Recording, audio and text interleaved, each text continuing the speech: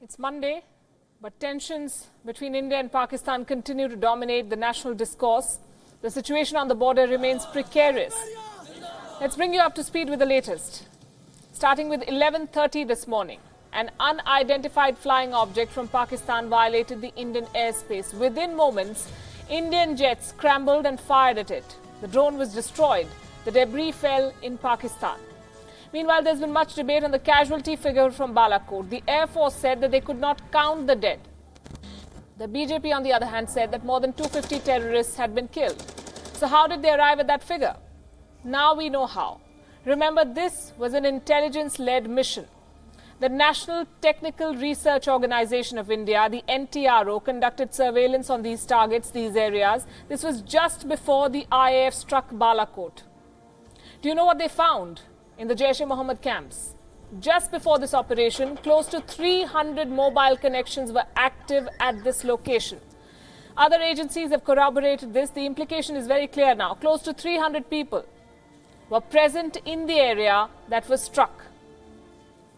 Now let's tell you what Pakistan has been up to today. It has decided to not shield Masood Azhar at the United Nations. Sources within the Pakistani establishment have told Wion that their government will not oppose any move to designate the Jaish-e-Mohammed chief as a global terrorist. And this is a very significant development. It's a diplomatic win for India, something that New Delhi has been trying to achieve for 20 years now. Just last week, the United States, the United Kingdom and France had proposed that the United Nations Security Council should blacklist Masood Azhar. These countries were essentially backing India's stance, acknowledging the role of the Jaish in the Pulwama terror attack. Here's what they specifically asked for. The United Nations, remember, has a 15-member Security Council Sanctions Committee. The US, the UK and France asked this committee to take 3 steps. Impose an arms embargo on Masood Azhar, ban his international travel and freeze his assets. This proposal is going to be discussed most probably on the 13th of March, next week that is. We have to see if China backs it. Meanwhile, Islamabad is trying its old trick to show the world that it is serious about cracking down on terror groups. For the nth time, Pakistan has declared that it will ban all terror groups sanctioned by the United Nations. We've heard this before, but here it is again. An order issued by the Imran Khan government says that all organizations that are banned by the United Nations Security Council are now banned in Pakistan as well. Take it with a sack of salt. India is not buying this, and here's why. For all the tall claims about reigning in terror, Pakistani government has trashed the Indian dossier on Pulwama. It says that there is no quote-unquote actionable intelligence in the dossier. You know what that means? They cannot act. Another major news break today came from the Indian Air Force Chief. Air Chief Marshal B.S. Dhanwar spoke out on his team's operation in Balakot and its aftermath. The first major takeaway from that press conference was that operations against Pakistan are still ongoing.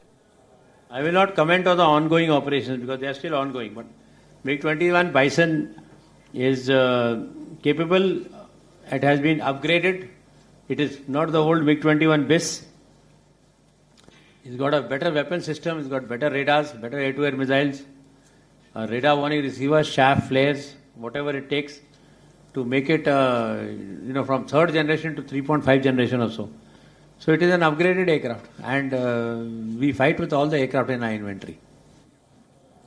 Well, this statement provoked more questions and speculation, but this disclosure was more like a word of assurance that the Indian Air Force remains ready and prepared should Pakistan attempt another misadventure. The Indian Air Force chief also chose to stay clear of the politics over the airstrikes. In a firm statement, he reiterated that the Air Force had completed its mission in Balakot. That statement will be made by the government. No, I mean, Air Force is not in a position to clarify that how many people were inside at that. We don't count human casualties. We count what targets have we hit or not hit. Time 7 there, please. The bomb damage assessment that is done post a mission calculates the number of the target you've been hit or you've not been able to hit. We can't count how many people have died. That depends on how many people were there. The Air Force chief also defended the decision to deploy the MiG-21 in last week's dogfight. That decision to use the Bison has caused quite a stir after Wing Commander Abhinandan Varthaman's plane crash-landed in Pakistan. Many said it was an inferior jet that he was flying compared to Pakistan's F-16. The Air Chief Marshal today said that all aircraft in the Indian Air Force inventory are capable of fighting the enemy. So people ask, why are you using the Bison? Just remember one thing, there are two different things. One is a planned operation. One is a planned operation in which you plan and carry out, like the first strike that we did. So question I want to ask you, was there any Bison in that? No, no. Our best aircraft were there in that. But when the adversary does a strike onto you, every available aircraft goes in, irrespective of which aircraft it is. So all aircraft are capable of fighting the enemy. The Air Force Chief was forced to make some of these statements given the growing clamour for proof. While we stand for probity and questioning a government's claims, we are all for it, we also believe that it's important to draw a line. Let me give you an example. America's operation to kill Osama bin Laden in Pakistan. Has anyone seen proof? Has anyone seen pictures? This mission was classified. Only the result was shared with the world. No one asked what was recovered from the hard drives and computers in Abbottabad. No one asked for proof when Osama bin Laden was buried at sea. Think about it.